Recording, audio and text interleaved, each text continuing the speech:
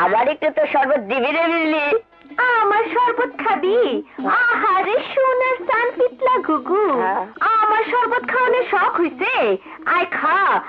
ও মা গো, মরে গেছে, আমার হাত গেছে রে।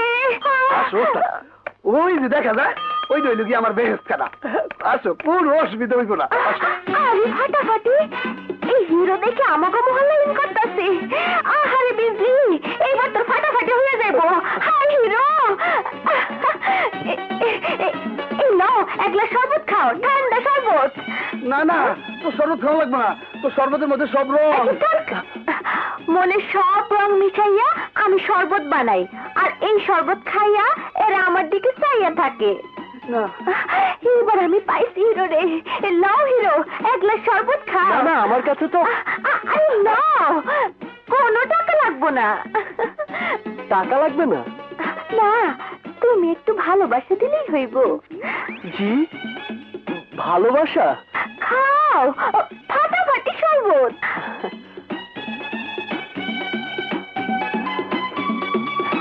তোমার শরবত খুব ভালো। বেশি ভালো কইও না, তাহলে আবার তোমার পিঠা ছাড়বো না। আরে আসো, এই দত্তর গেলাস।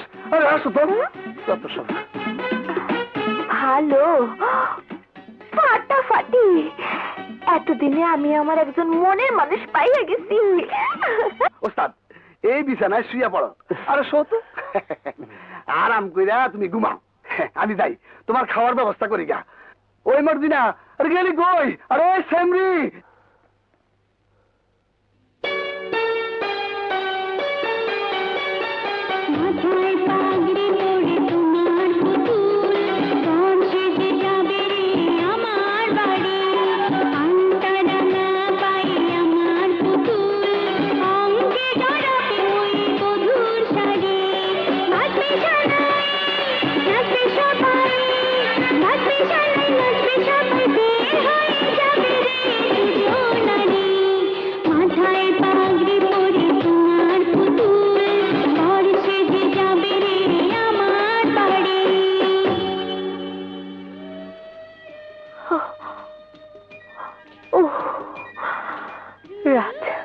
রাজুর স্বপ্ন দেখছিলাম।